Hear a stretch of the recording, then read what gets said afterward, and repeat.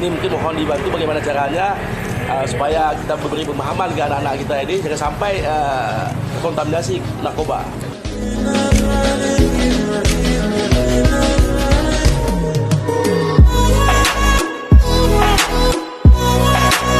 Jadi gini, ada 3 hal yang menghambat narkoba.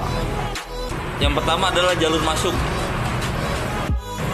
atau supply reduction. Nah, yang kedua, kita harus menghambat juga demand reduction, permintaan. Ya kalau masih ada yang make, mereka masih jualan. Kayak kalau ada yang masih makan donat, ya ada yang bikin donat. Ada yang minum kopi, ada yang jual kopi. Yang ketiga adalah harm reduction, atau kita sosialisasi bagaimana bahaya narkoba.